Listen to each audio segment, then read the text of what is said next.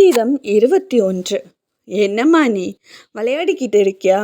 தேவதை தேவதீலோகம் இதெல்லாம் குழந்தைங்களுக்கு சொல்லப்படுற கதை தான். இது உண்மையாகவே இந்த உலகத்தில் அப்படி ஒன்றும் இல்லை. சொல்லப்போனால் இதெல்லாம் ஒரு கட்டுக்கதை, நான் நம்ப மாட்டேன் அப்படின்னு சொன்னேன். இதை கேட்ட பொம்மி சிரிச்சுக்கிட்டே, ஓ அப்படியா, தேவதை லோகம் இதெல்லாம் நம்பாத நீங்கள். அப்போ எப்படி ஃபேரி காட் மதரையும் சூனியக்காரிங்களையும் உங்களுக்கு இருக்க சக்திகளையும் உங்கள் பிள்ளைங்களுக்கு இருக்க சக்திகளையும் நம்புனீங்க? அப்படி பார்த்தா அது கூட கட்டுக்கதையாக இருக்கணும்ல. அப்படின்னா யாராவது உங்கள் பையன் ஷானை தூக்கிட்டு போய் நாங்கள்லாம் உதவிக்கு வந்தால் எங்களை பொய்ன்னு சொல்லுவீங்களா, இல்லை கட்டுக்கதைன்னு சொல்லுவீங்களா அப்படின்னு கேட்டா. இதன்னு கேட்டேன் நான் செம்ம ஷாக்கிங்காக அவளை பார்த்தேன். உடனே அவன், அட இவ்வளோ ஷாக்கிங் ஆகுறீங்க, சூனியக்காரிங்களை அப்புறம் ஃபேரிகாட் மதரை நீங்கள் நம்புறீங்கன்னா கண்டிப்பாக நீங்கள் கண்ணால் பார்த்ததுனால தான். ஆனால் தேவதை லோகம் எல்லாமே உண்மைதான். ஏன்னா தேவதை லோகத்தோட இளவரசி இப்போ நான் உங்கள் முன்னாடி தான் நின்றுட்டுருக்கேன். தேவதைகள் இருக்காங்க, நீங்கள் நம்ப மாட்டீங்கன்னு தெரியும். ஆனால் ஒரு விஷயம் மட்டும் ஞாபகம் வச்சுக்கோங்க, நல்லதுன்னு ஒன்று இருந்துச்சுன்னா கெட்டது ஒன்று கண்டிப்பாக இருக்கும். சூனியக்காரிங்க கெட்டவங்க, ஆனால் அவங்கள அழிக்க பிறந்த நல்லவங்க தான் நாங்களும் எங்களோட தேவதை லோகமும். சரி அதெல்லாம் விடுங்க, நீங்கள் ரொம்ப கேர்ஃபுல்லாக இருங்க. ஷானுக்கு ரொம்ப பெரிய சக்தி இருக்குது. அது மட்டும் சூனியக்காரங்க கையில் கிடச்சிருச்சுன்னா உங்களை மட்டும் இல்லை, இந்த உலகத்தையே அவங்க அழிச்சிருவாங்க.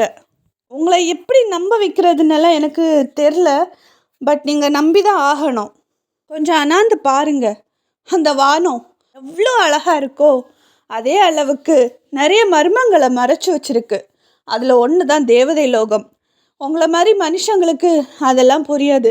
அது வானத்துக்கும் பூமிக்கும் நடுவில் தான் இருக்குது. ஆனால் அதை நீங்கள் பார்க்கணுன்னா நீங்கள் அதை நம்பணும். சொல்லப்போனால் எங்களோட தேவதை லோகம் ஒரு சின்ன நட்சத்திரம்தான்.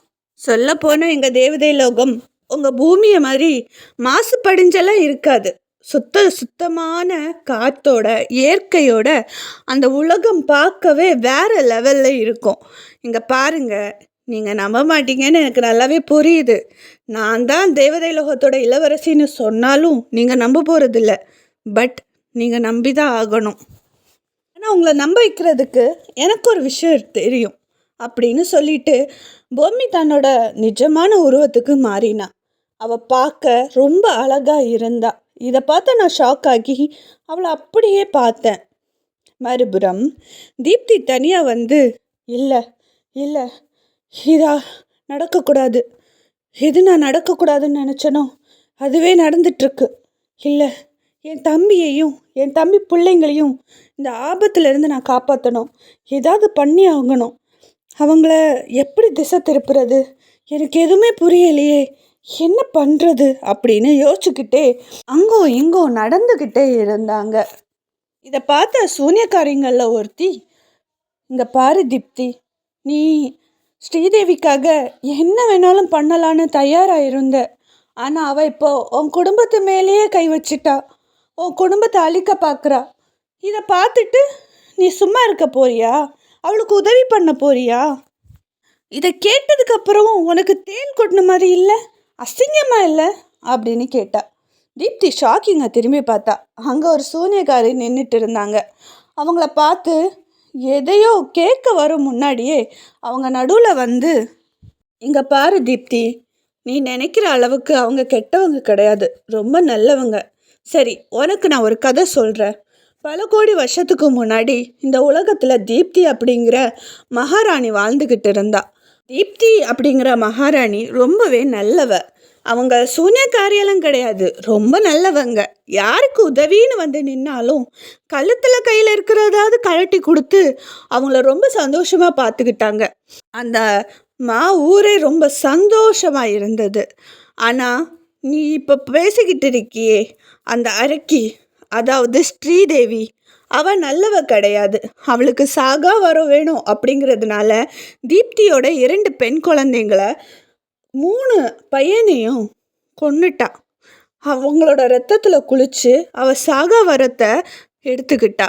ஏன்னா அந்த குழந்தைகளும் உன் தம்பி அப்புறம் உன் தம்பி பசங்க போல் சக்தியோட பிறந்தது. அதாவது அந்த குழந்தைங்க எல்லாருமே ஒவ்வொரு நட்சத்திரங்களாக பிறந்தது. ஸோ அவங்க அந்த 5 குழந்தைங்களோட ரத்தத்தில் குளிச்சு தான் அவங்களோட சக்தியை உறிஞ்சு உறிஞ்சு இன்னைக்கு வரைக்கும் அவங்க வாழ்ந்துக்கிட்டு இருக்காங்க. இதெல்லாம் தெரிஞ்சுக்கிட்ட தீப்தி சூனியக்காரியை போட்டு தள்ளுறதுக்கு முடிவு பண்ணாங்க. ஆனால் அந்த நேரத்தில் ஸ்ரீதேவி அப்படிங்கிற சூனியக்காரி அவங்களோட சூனியத்தினால சில மந்திரங்கள் போட்டு அந்த ராணியை படுக்க படுக்க ஆக்கிட்டாங்க. அதாவது அவங்களால நடமாட முடியாமல் பண்ணிட்டாங்க. அதுக்கப்புறமா ஸ்ரீதேவி அந்த உலகத்தை ஆள ஆரம்பித்தாங்க. என்னைக்கு ஸ்ரீதேவி அந்த ஊரோட தலைவியாக மாறினாலோ அன்னைக்கிலிருந்து நரகமாக மாறிச்சு. தேவதை அப்புறம் தேவதை லோகமும் உருவாச்சு.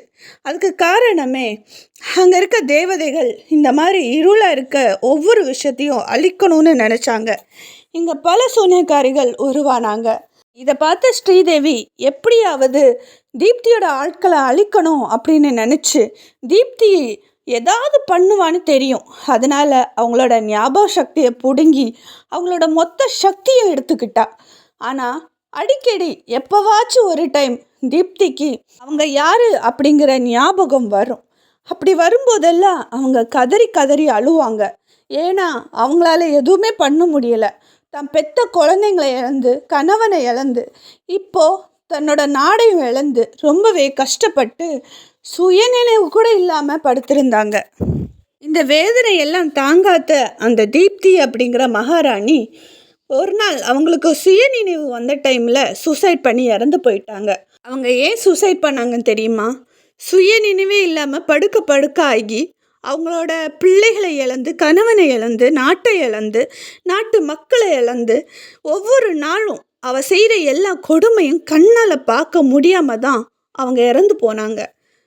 ஆனால் அவங்க இறந்து போனதுக்கு அப்புறமா அவங்களோட ஆத்மா அந்த ஊரை சுற்றி வந்ததா நிறைய பேர் சொன்னாங்க.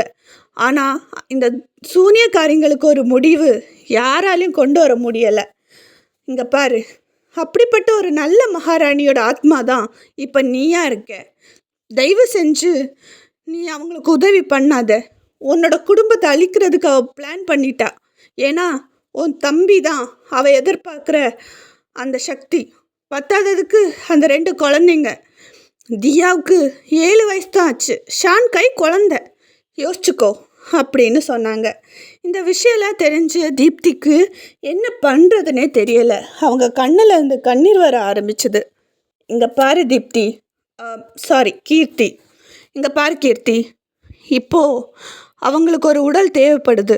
அது உன்னோட தம்பி இல்லைன்னா தம்பியோட பிள்ளைங்க மட்டும்தான் முடியும். அவங்களோட சக்தி அவங்க எடுத்துட்டாங்கன்னா கண்டிப்பாக அவங்களுக்குன்னு ஒரு உடல் கிடச்சிடும். அப்புறம் யார் நினச்சாலும் இந்த உலகத்தை காப்பாற்ற முடியாது. அதில் பழியாக போகிறது என்னமோ உன் குடும்பம்தான்.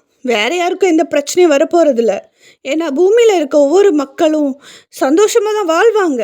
அவங்க வாழ்க்கையை அவங்க வாழ்வாங்க. ஆனால் உன் குடும்பம் இனிமேல் இருக்காது. நீ அவங்களுக்கு உதவி பண்ணால் மட்டும்தான் அவங்களால பியூர் பிளட் எடுக்க முடியும். அது மட்டும் இல்லாமல் உன்னோட தம்பி பிள்ளைங்களோட சக்தினால் அவள் இன்னொரு உலகத்தை உருவாக்குவா. அது மூலியமாக மிகப்பெரிய பிரச்சனையை அவள் கொண்டு வருவா. இங்கே பாரு, உன் தம்பி ஒரு பியூர் பிளட், பியூர் சோல்.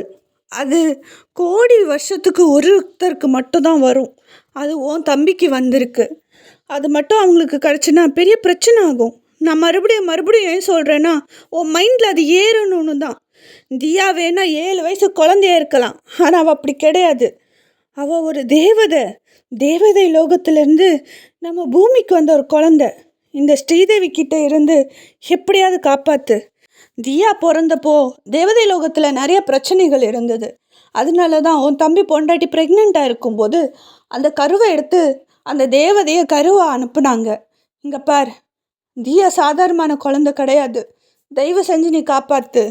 நீ தான் அந்த குழந்தைங்கள பாதுகாக்கணும் அப்படின்னு சொன்னாங்க. அப்போ தான் அவங்களுக்கு ஒரு விஷயம் புரிஞ்சுது. அதாவது தீப்தியோட உடம்புலையே இன்னொரு ஆத்மாவை உயிரிழ வைக்க முடியும். அவங்களுக்கு இன்னொரு மனுஷ உடம்பு தேவைப்பட்டுச்சு. அப்படி தேர்ந்தெடுக்கப்பட்ட அந்த உடல் தான் தீப்தி. அதாவது நம்ம கிருஷ்ணாவோட அக்கா கீர்த்தி.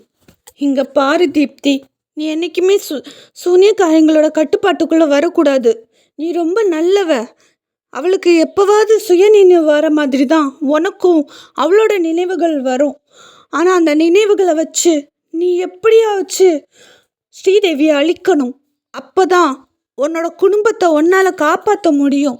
நீ எப்போவுமே தீப்தியாக மாறக்கூடாது, ஒரு சூனியக்காரியாக மாறக்கூடாது. நீ எப்போவுமே கீர்த்தியாக மட்டும்தான் இருக்கணும். ப்ளீஸ் புரிஞ்சுக்கோ. இப்போ உன் தம்பி அப்புறம் அவனோட பிள்ளைங்களோட உயிர் உன் கையில் தான் இருக்குது அப்படின்னு சொல்லிட்டு அவங்க அங்கேருந்து போயிட்டாங்க.